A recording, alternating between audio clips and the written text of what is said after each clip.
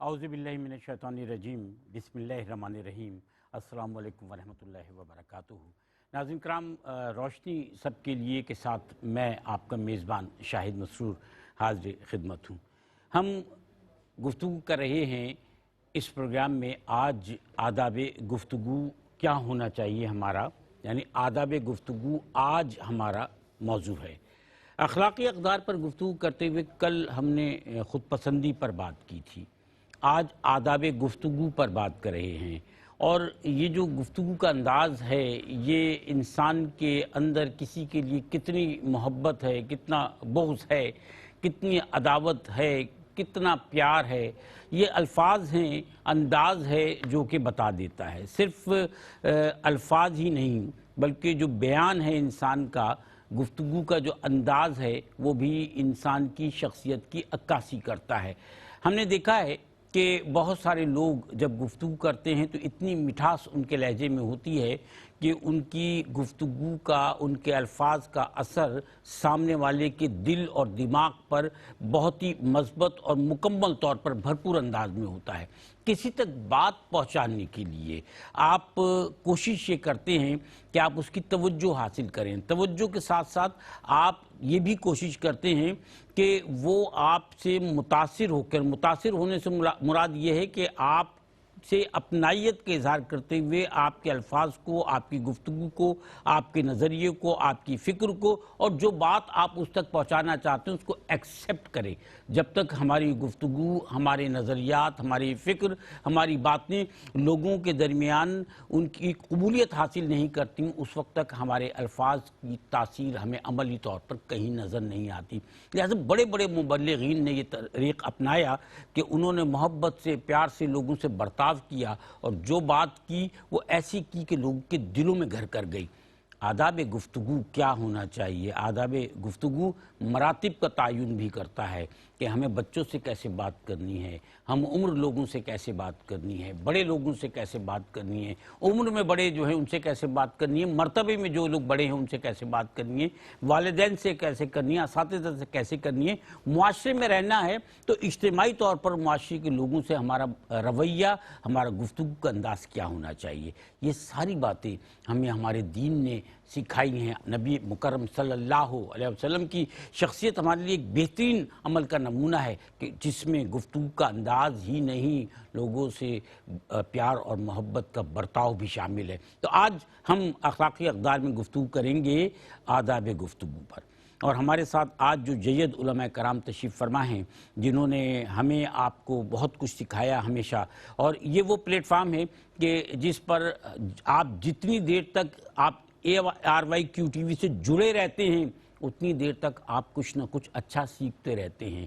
بات یہی ہے کہ ہم جو ذرائع استعمال کر رہے ہیں آج اس گلوبلائزیشن میں، ان ذرائع سے جو تبلیغ ہو رہی ہے اور وہ ذرائع جو ہمیں میڈیا کے شکل میں ہمیں بہت کچھ دے رہے ہیں، ان پر جب ہماری توجہ ہوتی ہے تو کتنی دیر میں کہاں سے ہم کتنا علم اور کتنی اچھی باتیں ایبزارب کر رہے ہوتے ہیں یہ ہم پر ڈیپینڈ کرتا ہے۔ لیکن بڑے اعتماد کی بات ہے کہ ARYQ سے آپ جتنی دیر جڑے رہتے ہیں، یہاں سے آپ کو، ہمیں سب کو بہت کچھ اچھی باتیں، دین کو سمجھنے والی باتیں، دین پر عمل کرنے کے طریق جو ہیں وہ معلوم ہوتے رہتے ہیں، اور یہ ساری باتیں ہم سیکھتے ہیں اپنے علماء کرام سے۔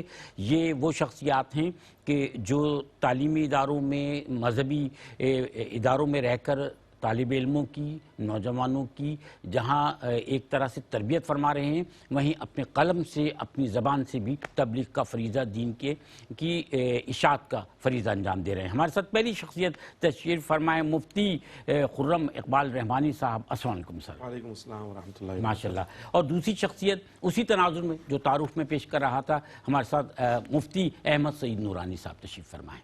کیسے ہیں سر؟ الحمدللہ، اللہ تعالیٰ کا بہت فضل۔ تو میں محترم مفتی خرم اقبال رحمانی صاحب، آپ سے آج رحمانی صاحب بھی اور نورانی صاحب بھی ہیں ماشاءاللہ، تو میں آپ سے جاننا چاہوں گا کہ آداب گفتگو کیسا ہونا چاہیے؟ پہلی بات تو یہ، اور جب کیسا ہونا چاہیے تو ہم رجوع کرتے ہیں اپنے دین کی طرف۔ تو دین ہمیں جو بتاتا ہے، قرآن حکیم جو ہمیں بتاتا ہے کہ آداب گفتگو کیا ہونا چاہیے، وہ ارشاد فرمائیے۔ بسم اللہ الرحمن الرحیم والصلاة والسلام علی رسولہ الکریم، اما بعد۔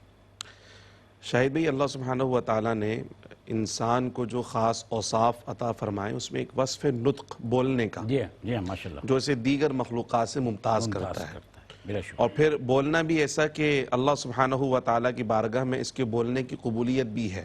صحیح اللہ سبحانہ و تعالیٰ اس سے اپنی تسبیح حمد و ثنا سننا پسند کرتا ہے، اور اللہ سبحانہ و تعالیٰ نے جو ہمیں پیارے آقا صلی اللہ تعالیٰ علیہ وسلم کی صورت میں معلم، راہبر، رہنما عطا فرمائے، ان کی سیرت کے اندر بھی ہمیں یہ بات نظر آتی ہے۔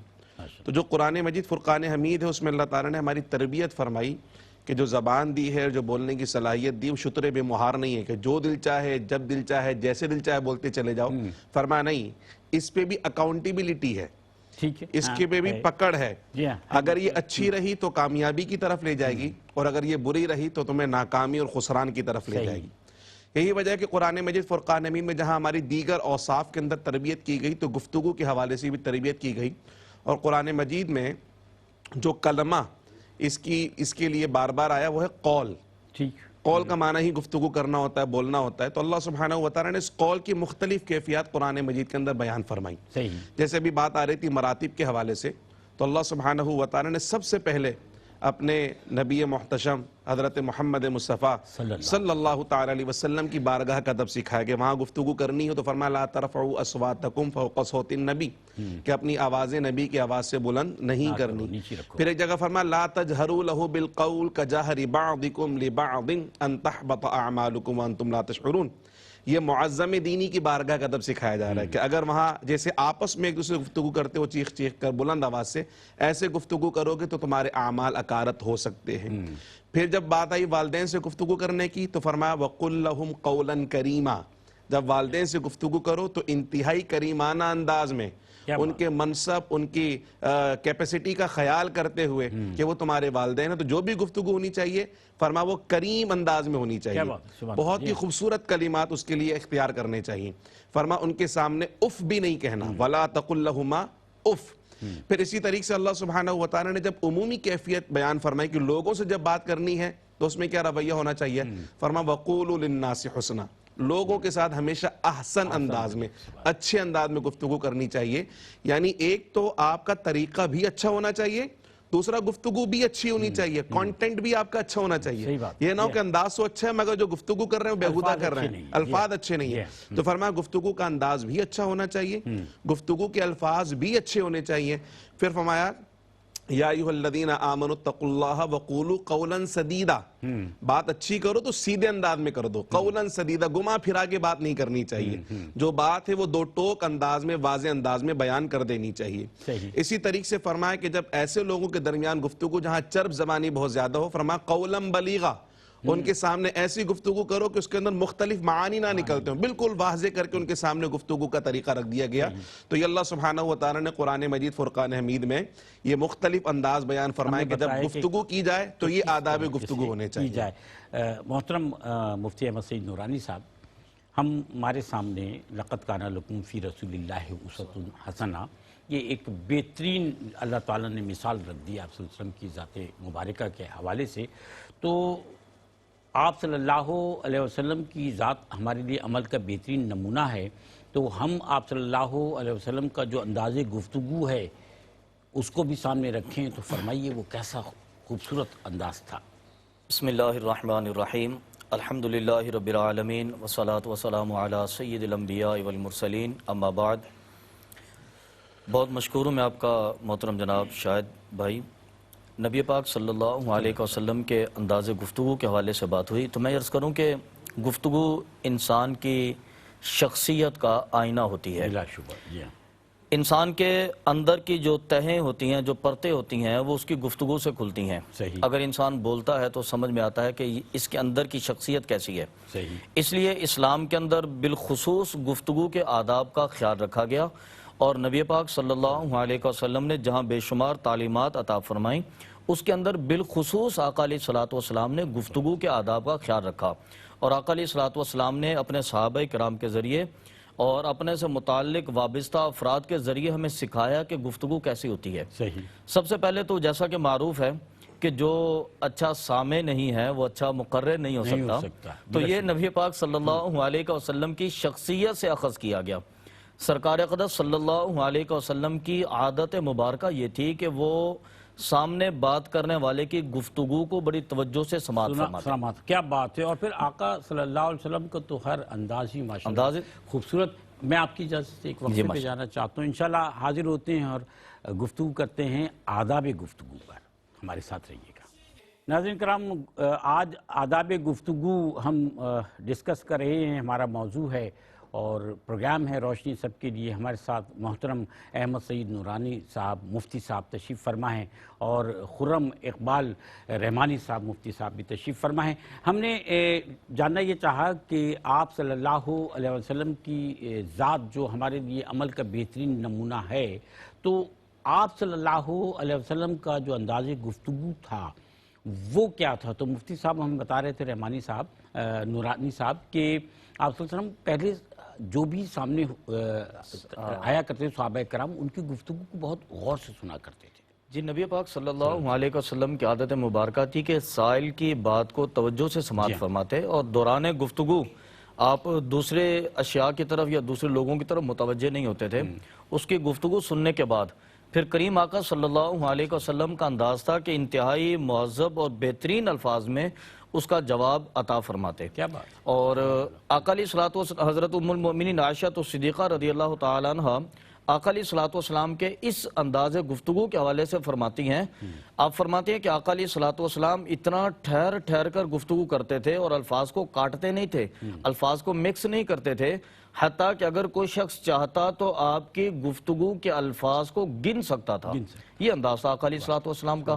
اور اسی طرح آقا علیہ الصلوۃ والسلام جب کسی سے گفتگو فرماتے تو مناسب انداز میں اشارے بھی فرماتے تھے.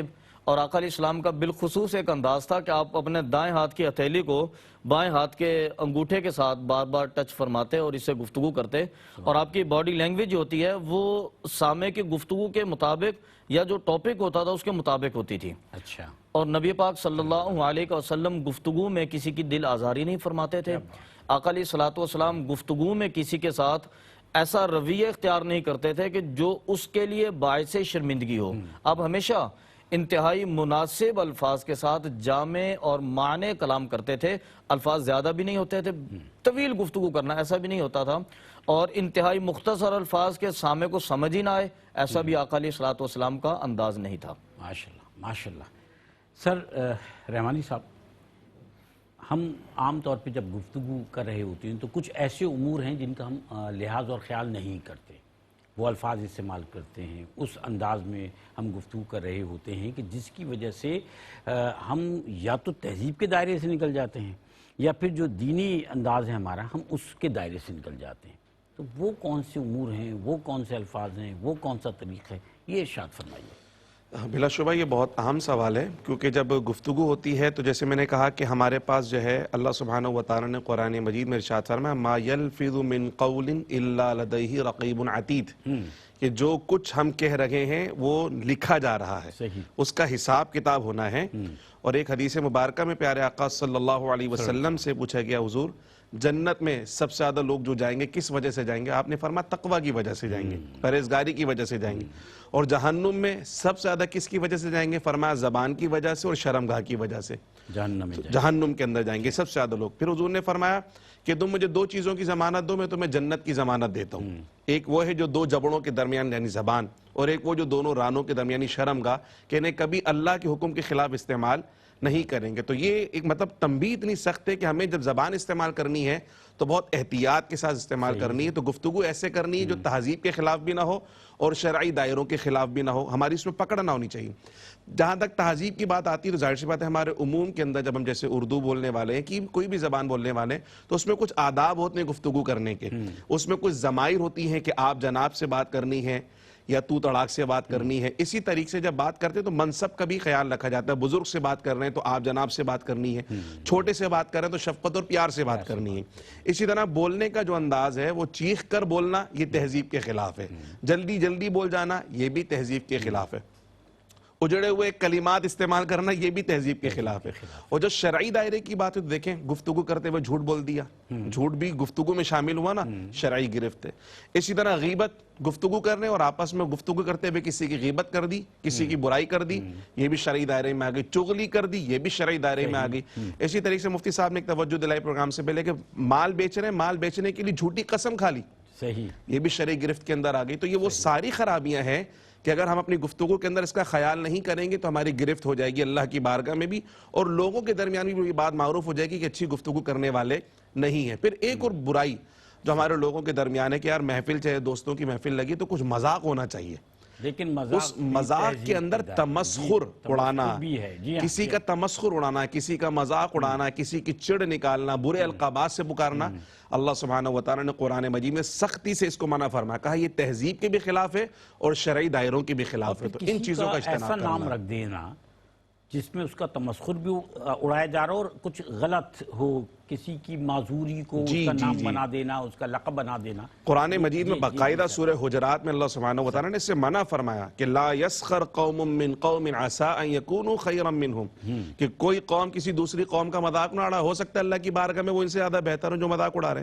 ہیں. اسی طرح برے القابات سے فرمایا لا تنابزوا بالالقاب, کسی کو برے ناموں سے ہرگز نہیں پکارے. تو جب گفتگو کریں, اللہ نے جب بولنے کی صلاحیت دی تو اس کو اچھے انداز میں لے کر آئیں.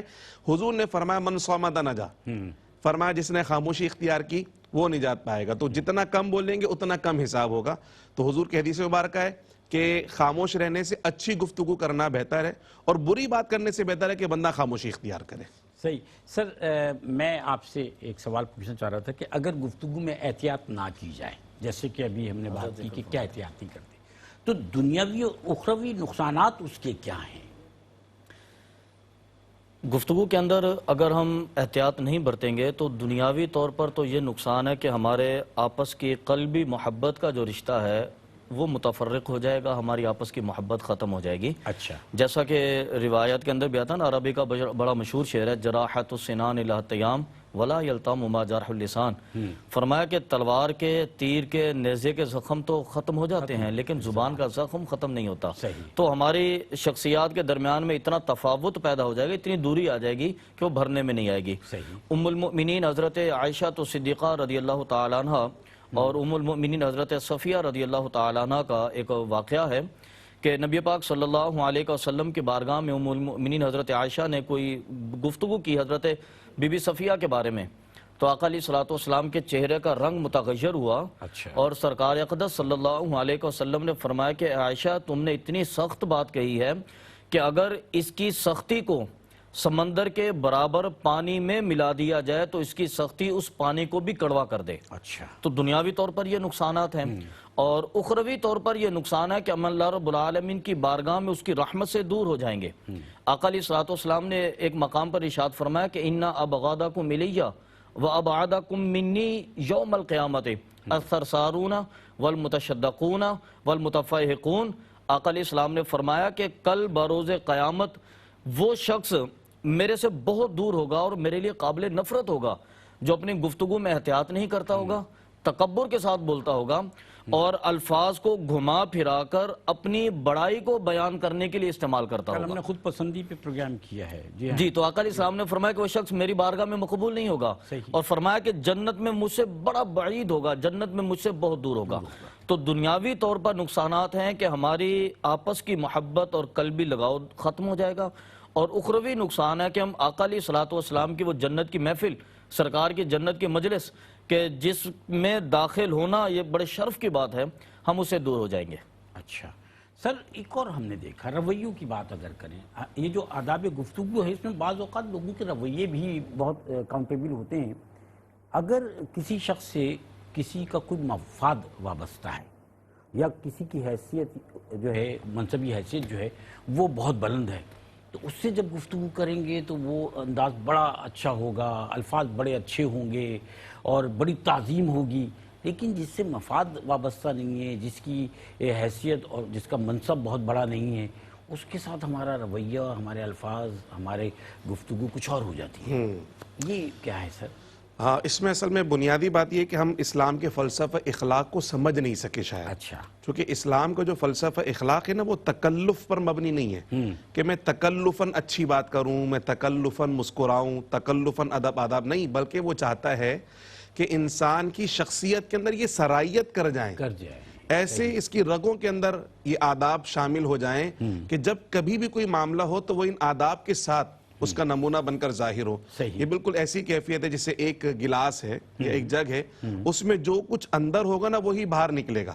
تو اچانک سے اگر چھلک جائے، اچانک سے اگر دھوکہ لگ جائے، اچانک سے ٹھوکر لگ جائے تو ٹھوکر لگنے سے جو اندر ہوگا وہی باہر نکلے گا. پانی ہے تو پانی باہر نکلے گا، اور اس کے اندر اگر کوئی گندا پانی ہے تو گندگی چیز باہر نکلے گی. یہی انسان کی کیفیت اسلام نے سکھائی کہ آپ تکلفاً اخلاق والے نہ ہوں بلکہ طبیعتاً اخلاق والے بن جائیں، تاکہ جب اچانک سڈنلی کوئی کیفیت ہو تو آپ کی زبان سے جو ہے کیا نکل رہا ہے وہ آپ کی شخصیت کا آئینہ دار ہوگا. کہ آپ کی زبان سے گالی نکلی، آپ کی زبان سے بد کلامی نکلی ہے، یا آپ کی زبان سے سبحان اللہ نکلا، یا آپ کی زبان سے استغفر اللہ نکلا. اب پتہ چلے گا کہ واقعتاً اندر وہ چیز داخل ہوئی یا نہیں ہوئی، آپ تکلفاً کر رہے تھے یا طبیعتاً کر رہے تھے. تو پہلی بات تو یہ ہے سر، اس میں بعض اوقات ہم نے یہ دیکھا، اللہ تعالیٰ ہم سب کو معاف فرمائے، کہ بعض لوگ جب اس کیفیت میں ہوتے ہیں نا کہ جب ان کا اختیار ذہنی طور پہ اپنے اوپر نہیں ہوتا، چاہے وہ بیماری کیفیت ہو، بے ہوشی کیفیت ہو، کوئی بھی ایسی کیفیت ہو، تو ان کی جن کی عادت ہوتی ہے برے الفاظ کی ادائیگی کی، ان کی زبان سے برے الفاظ ادا ہو رہے ہوتے ہیں. بالکل ایسا ہی ہے، بالکل ایسا ہی ہے، پریکٹیکل ہے، ہم نے دیکھا بالکل ایسا ہی ہے. اور اس کے برعکس جو اللہ کا ذکر کرتے ہیں، جو قرآن پڑھنے والے ہوتے ہیں، آپ دیکھیں گے غنودگی ہو یا کوئی بھی کیفیت ہو، زبان پہ وہی کلمات. اور یہ کہا گیا نا جس کو جتنا قرآن یاد ہوگا جنت میں وہ اتنی درجات آگے تک جاتا رہے گا. ایک چھوٹا سا وقفہ، حاضر ہوتے ہیں، ہمارے ساتھ رہیے گا. ناظرین کرام، روشن سب کے لیے آج ہم گفتگو کر رہے ہیں آداب گفتگو کے موضوع پر. اخلاقی اقدار کے حوالے سے ہم نے مختلف پروگرامز آپ کی خدمت پیش کیے ہیں، اور بڑی اچھی بات یہ ہے کہ ہمیں دین نے جو اخلاقی اقدار بخشی ہیں، ہمیں عنایت فرمائی ہیں، یہ اخلاقی اقدار ہمیں زندگی کے مختلف پہلوؤں میں رہنمائی فراہم کرتی ہیں، اور ہم بدقسمت ہوں گے اگر ہم ان سے محروم رہ جائیں. تو جو چیز ہمارے پاس ہے، جو اچھائی ہمارے پاس ہے، جو اللہ تعالیٰ کی نعمت ہمارے پاس ہے، یہ نعمت ہے نا، یہ اچھائی، اس کا عکس ہماری شخصیت میں نظر آنا چاہیے، بجائے اس کے کہ اس کے برعکس کوئی برائی ہماری شخصیت کے عکاس بن جائے.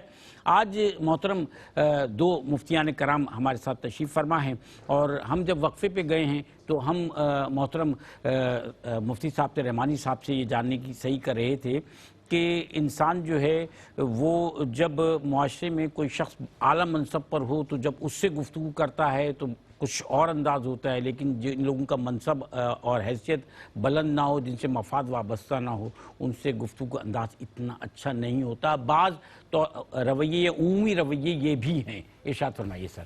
بلا شبہ شاہد بھی ایسا ہی ہے. اصل میں اس میں دو جہتیں جو ہم سمجھ پا رہے ہیں وہ یہ ہے کہ ایک طرف تو اسلام کی تعلیمات یہ ہیں کہ اللہ نے جس کو منصب عطا کیا ہے آپ نے اس کو ریسپیکٹ کرنی ہے. صحیح. یعنی ایسا نہیں ہے کہ وہ یار آپ کہیں کہ کیونکہ ہمیں جو سب سے عمومی طور پہ ایک جیسی بات کرنی، تو ایسا نہیں ہے. اللہ نے جس کو کوئی بڑا منصب دیا ہے، کوئی استاد ہے یا کوئی معاشرے کے اندر ان کی کوئی حیثیت ہے، تو ان کے پروٹوکول کا خیال رکھنا اور اس کی عزت کرنا یہ اللہ نے بھی سکھا، اور رسول اللہ صلی اللہ علیہ وسلم کی حدیث بھی ہے کہ من لم یرحم صغیرنا ولم یؤقر کبیرنا فلیس منا. تو ایک کیفیت تو یہ ہے بلا شبہ جس کا جو منصب ہے اس کا پروٹوکول کا خیال کرتے ہوئے اس سے گفتگو کرنی ہے. خرابی کہاں لازم آ رہی ہے؟ خرابی وہاں آ رہی ہے کہ جب مفاد وابستہ ہے تو اچھی گفتگو ہو رہی ہے، اور جہاں مفاد وابستہ نہیں ہے وہاں نظر انداز کیا جا رہا ہے. یہ وہ رویہ ہے جس کی اسلام شدید مخالفت کرتا ہے، کیا جا رہا ہے، جھڑکا جا رہا ہے، رد کیا جا رہا ہے. بالکل ایسا ہی ہے. بلکہ آپ یہ دیکھیں کہ حضور جاند عالم صلی اللہ تعالیٰ علیہ وسلم کی سیرت مبارکہ میں اگر ہم دیکھیں تو آپ کو چونکہ اسلام کے لیے بڑی کڑھن تھی، آپ چاہتے تھے کہ ہر شخص اسلام کے دامن میں داخل ہو جائے، تو آپ جب تبلیغ فرماتے تھے تو غلاموں کے ساتھ بھی تبلیغ فرما رہے ہیں، امراء کو بھی تبلیغ فرما رہے ہیں، جو متوسط طبقہ ہے اس کو بھی آپ تبلیغ فرما رہے ہیں. تو ایسا ہوا کہ جو امراء تھے، جو زمانے کے بادشاہ ہوا کرتے تھے، سردار ہوا کرتے تھے، ان کی جانب سے یہ مطالبہ آیا کہ بھئی ہم غلاموں کے ساتھ نہیں بیٹھیں گے، ہمارے لیے ایک الگ مجلس ہونی چاہیے جس میں ہم آپ سے گفتگو کریں. ٹھیک ہے نا؟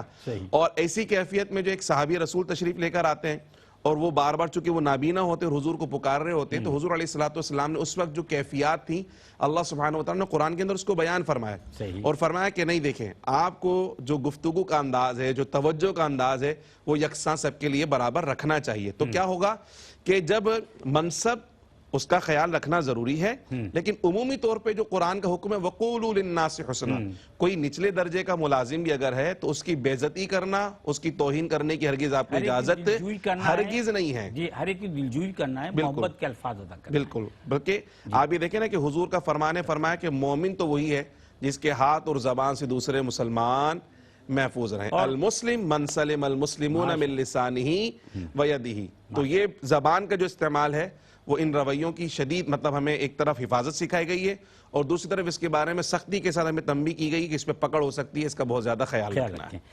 سر جی محترم مفتی احمد سعید نورانی صاحب، اکثر یہ ہوتا ہے کہ ہم مجموعی طور پہ معاشرتی اعتبار سے بات کر رہا ہوں، ہم جو ہے اپنے الفاظ کو سنوار کر اس لیے پیش کر رہے ہوتے ہیں کسی کے سامنے کہ وہ ہمارے الفاظ کا اسیر ہو جائے، ہمارا گرویدہ ہو جائے. شریعت کیا اس کی اجازت دیتی ہے؟ کیا شریعت میں یہ صحیح طریقہ ہے؟ بسم اللہ الرحمن الرحیم. شاہد بھائی، اصل میں شریعت کا بنیادی طور پر نظریہ جو ہے یا تربیت کا انداز جو ہے وہ ہمیں ایکٹنگ نہیں سکھاتا بلکہ بنیادی طور پر ہماری اصلاح کرتا ہے. صحیح. ٹھیک ہے، شریعت یہ نہیں چاہتی کہ ہم اپنی زبان سے اتنے خوبصورت الفاظ چند لمحوں کے اندر ادا کر دیں اور اس کے بعد ہمارا اندر جو ہے وہ خالی کا خالی رہے. جیسا کہ قبلہ رحمانی صاحب ہم سے پہلے گفتگو فرما رہے تھے اور آپ نے اس چیز کی طرف اشارہ کیا کہ جب انسان کے اندر سے چھلکتا ہے تو جو برتن کے اندر ہوگا وہی باہر نکلتا ہے. تو اصل میں اسلام کا جو بنیادی نقطہ ہے نا وہ یہ ہے کہ انسان اپنے اندر کی اصلاح کرے. جب آپ کے اندر اصلاح ہو جائے گی تو آپ کی زبان سے پھر وہی الفاظ ادا ہوں گے. یہی تو طہارت ہے سر. جی یہی طہارت ہے کہ انسان اپنے اندر سے آغاز کرے. اور اس کا بنیادی فائدہ ہمیں یہ ہوگا کہ ایک تو انسان کی زندگی میں بھی اس کے فوائد ہیں، لیکن دوسرا چونکہ ہم ایز اے مسلم بطور مسلمان ہمارا موقف ہے کہ کل یوم قیامت اور آخرت کے دن اللہ رب العالمین کی بارگاہ میں حاضری ہوگی اور ہمارا حساب کتاب ہوگا. تو ایسے میں خاتمہ بالخیر جو ہے یہ ایسی دعا ہے کہ نبی پاک صلی اللہ علیہ وسلم خود بھی اکثر یہ دعا فرماتے تھے اور اولیاء کاملین اور صالحین سے یہ دعائیں منقول ہیں کہ اے رب ذوالجلال ہمارا خاتمہ بالخیر فرما. تو خاتمہ بالخیر یہاں سے منسوب ہے کہ اگر ہم نے اپنے برتن کے اندر، دل کے برتن کے اندر اللہ کا کلام بھر لیا، اللہ تبارک و تعالیٰ کی حمد و ثنا بھر لی اور بری باتوں سے اس کو خالی کر دیا، تو آخری وقت میں جب ہم پر ایک کیفیت طاری ہوگی تو اس وقت ہماری زبان پر پھر وہی جاری ہوگا جو ہمارے اندر ہوگا. اگر ہم اللہ کا ذکر ہوگا، آقا علیہ الصلوۃ والسلام کی تعلیمات ہوں گی، آقا علیہ الصلوۃ والسلام کی تربیت ہوگی تو ہمارے اندر سے وہ چھلکے گا. اور اگر ایسا نہ ہوا، شیطانی رویے ہوئے، شیطان کے راستے پر چلنا ہوا تو پھر ہمارے اندر سے وہ چھلکے گا. اس لیے کہتے ہیں نا کہ آپ جس صحبت میں بیٹھے ہیں، جہاں جو علم حاصل کریں، جن ذرائع کو آپ علم کے لیے استعمال کریں. آج کل یہ بڑی اہم بات ہے کہ کن ذرائع کو آپ علم کے لیے استعمال کریں اور وہاں سے کیا آ رہا ہے آپ کے پاس، کیا آ رہا ہے وہی آپ کے ذہن میں، دل میں، آپ کی شخصیت کے اندر اسٹور ہوتا چلا جاتا ہے اور وہی پھر چلک کے باہر آئے گا. آپ فرمائیے. اس لیے چونکہ گفتگو، بالکل یہ گفتگو جو انسان کی ہوتی ہے نا یہ اس کی شخصیت کو اجاگر کرتی ہے اور گفتگو ہی انسان کو جنت اور جہنم میں معاذ اللہ لے جانے کا ذریعہ بنتی ہے. صحیح. اس لیے نبی پاک صلی اللہ علیہ وسلم کی بارگاہ میں ایک صحابی جو حاضر ہوئے اور انہوں نے عرض کیا کہ یا رسول اللہ صلی اللہ علیہ وسلم آپ میرے بارے میں سب سے بہتر کیا سمجھتے ہیں؟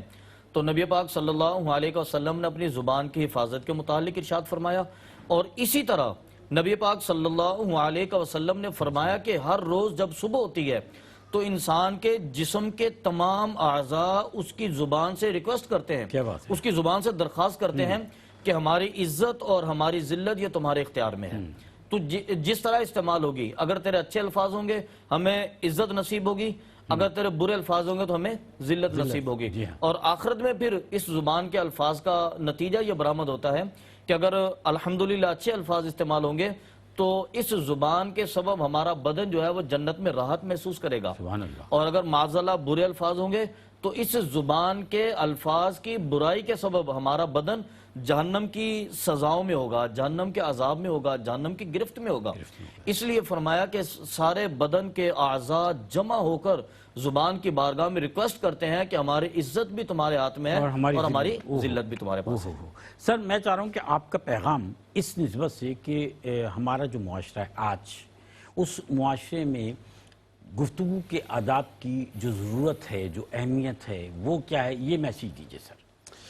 بلا شبہ چونکہ سوسائٹی، معاشرے میں افراد رہتے ہیں اور افراد کا آپس میں لنک رہتا ہے، تعلق رہتا ہے، اور اس تعلق کے مختلف ذرائع ہوا کرتے ہیں، اور سب سے بہترین جو چیز ہے وہ کمیونیکیشن ہے، صحیح، اور کمیونیکیشن کا سب سے بہترین ذریعہ گفتگو کرنا ہی ہے۔ بلا شبہ تو اپنی گفتگو کو اس سانچے میں ڈھالیے جو اللہ کو پسند ہے، اور اللہ کو صرف ایک ہی سانچہ پسند ہے جو اس نے پیارے حبیب محمد مصطفیٰ صلی اللہ علیہ وسلم کی صورت، سیرت اور سنت کی شکل میں ہم کو عطا فرمایا ہے۔ ماشاءاللہ، بہترین عملی نمونہ ہمارے سامنے موجود ہے، ہر کیفیت، ہر کردار، ہر شخصیت، ہر منصب کے حوالے سے۔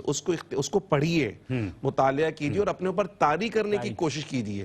تکلف بھی اختیار کرنا پڑے تو کریے، انشاءاللہ آپ کا ظاہر بھی حسین ہو جائے گا اور باطن بھی حسین ہو جائے گا۔ جو قبولیت وہاں ہوئی، یقیناً ان کے صدقے میں پھر سب جگہ قبولیت نصیب ہو جائے گی۔ سر آداب گفتگو کی نسبت سے، دینی اعتبار سے ہم چاہتے ہیں آپ کا پیغام ہمارے معاشرے کو جائے، دنیا بھر میں لوگ ہمیں دیکھ رہے ہیں۔ الحمدللہ انسان نے آج بہت ترقی کی ہے۔ آج سے 50 سال یا 100 سال پہلے ترقی کے یہ معاملات نہیں تھے، لیکن ساتھ ساتھ میں یہ ہوا کہ جیسے جیسے ہم ترقی کرتے چلے گئے، ایسے ایسے ہماری عادات اور اطوار بھی تبدیل ہوتے چلے گئے، اور اس کے اندر آج بنیادی طور پر انسان جو راکٹ پر سفر کر رہا ہے، جہاز پر سفر کر رہا ہے، تو اس نے اپنا انداز تکلم بھی ویسا بنا لیا۔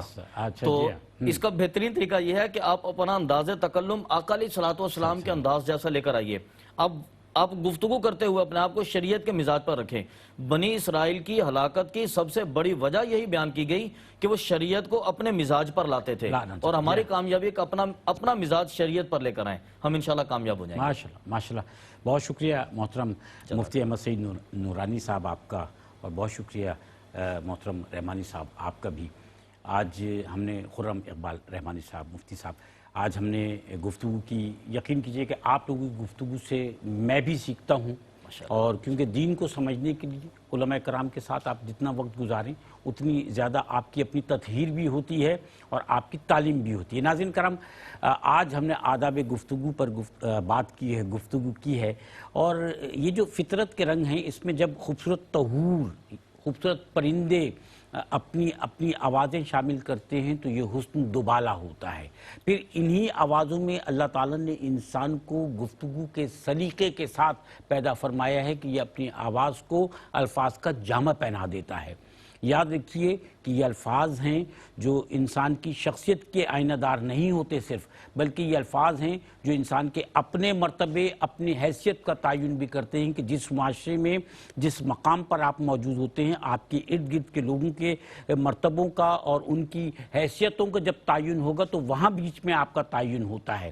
اپنی حیثیت، اپنے مرتبے کے تعین کے لیے اپنے ارد گرد کے لوگوں کے مرتبوں کا تعین کیجئے کہ ایک مسلمان کی زبان وہ ہوتی ہے جس سے نکلنے والے الفاظ اس کو دنیا میں اس طرح ممتاز کرتے ہیں کہ یہی الفاظ تبلیغ کا ذریعہ بھی بن جاتے ہیں۔ کہا نا کہ جس کو دیکھ کر اللہ یاد آ جائے وہ مومن ہے۔ اپنی دعاؤں میں یاد رکھیے گا۔